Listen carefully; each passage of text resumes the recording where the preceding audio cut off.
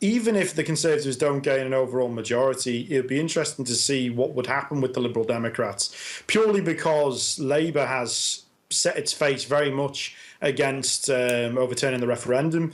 Obviously, the Liberal Democrats have pretty much continuously tried to subvert the referendum result and are still pursuing that agenda in relation to their promises. So it's difficult to see how, both arithmetically, just in terms of the numbers, a coalition deal could work between the non-Conservative parties, if you like. Yeah, because both Theresa May and Jeremy Corbyn seem amenable to Brexit, so the Liberal Democrats can't really have an alliance with either of them.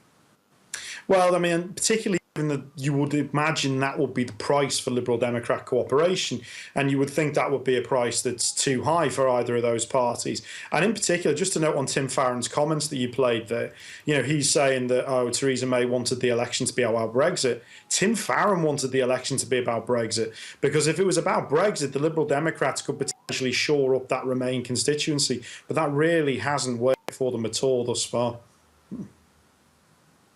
Hasn't really worked for them at all. Alex Dean, why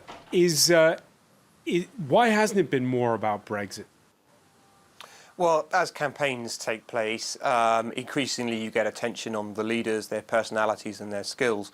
But I also think that the electorate has largely made up its mind on the question of Brexit. That is to say, they don't really think it's much of a question anymore. Not much of a question anymore. I mean, it's going to be whether or not there's a hard... Please don't shout at me. I'm sorry, I don't mean to shout. Just in terms of whether it's going to be a hard or soft Brexit, what kind of Brexit...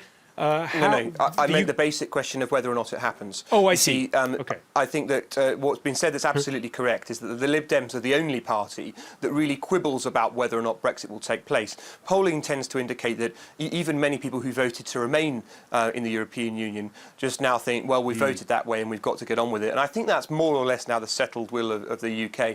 If there was a remarkable showing for the Liberal Democrats at this poll on Thursday, I'm not saying for a moment that it'll happen, and I certainly don't wish it either, but if there was a remarkable uptick in votes for the Lib Dems, then maybe the question of Brexit, having a second referendum or something like that, might come onto the table. But as it is, I think that's exceptionally unlikely. I think we will be leaving the European Union. There is some speculation, I know, on the continent amongst some people still about whether or not that could be changed. I really don't think that it can be. So given that we're leaving the European Union and that the Labour Party doesn't really oppose that notion any longer, I think that people have parked the issue of Brexit, which they know will happen but won't take place for another 2 years, and focused instead on a series of domestic issues. Not all of those have played fantastically well for my party, the Conservatives, either. As the manifestos have been set out, there have been issues about social care, taxation and so forth that are just the normal bread and butter, everyday domestic politics. That, in my view, is as it should be. I think that it is right that this government secures a majority and a strong mandate to deliver on the Brexit referendum. I would say that on the Brexit negotiations. I would say that, wouldn't I? But it's right, too, that we discuss other issues, and I think that's the sort of thing that the electorate's very interested in.